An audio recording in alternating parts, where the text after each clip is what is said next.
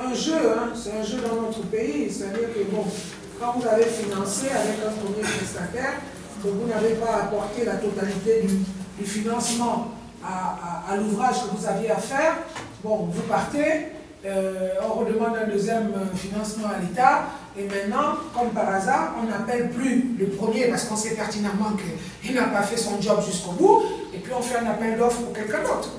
Donc vous vous retrouvez avec un nouveau prestataire qui vient soi-disant terminer un travail que l'autre a fait, mais comme nous l'avons vu au niveau de la halte garderie de Bitam, je ne sais pas combien de prestataires sont passés, mais le dernier qui finalise, mais monsieur, il vous dit qu'il n'est pas lui responsable de tout ce qui a été fait précédemment. Lui ne connaît que ce qu'on lui a demandé de terminer.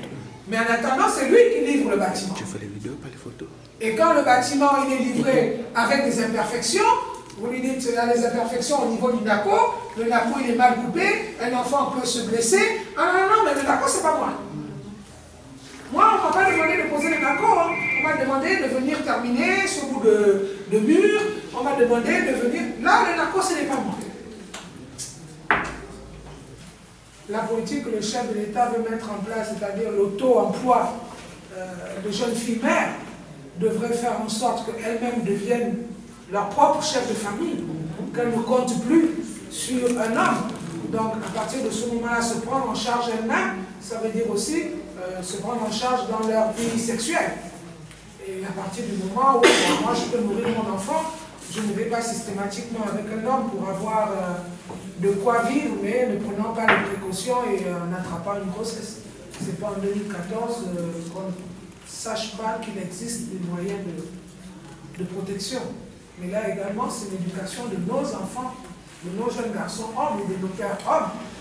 Parce que vous avez là Madame DGS qui a aussi en charge tous ces aspects-là.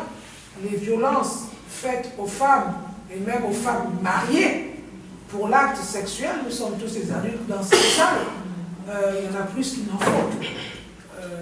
Beaucoup de nos compatriotes estiment que parce qu'ils ont mis une bague au doigt d'une femme, elle se doit de remplir son devoir conjugal matin, midi et soir, et sans protection, même s'il est conscient que lui, il va dans plusieurs lits et qu'il peut être le vecteur de la pandémie du sida dans son propre foyer.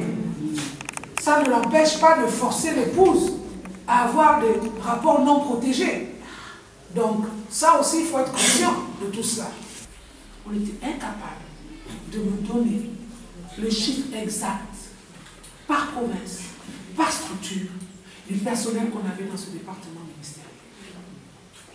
Donc ça n'a fait que conforter l'idée que j'avais du ministère dont j'avais la charge. Et notre souci, à ce jour, et je crois que si j'ai quelque chose à faire, et pour lequel je me sentirai fier le jour où je vais partir de là, c'est de mettre en place un ministère de la prévention sociale et de la solidarité digne de ce nom et un ministère professionnel.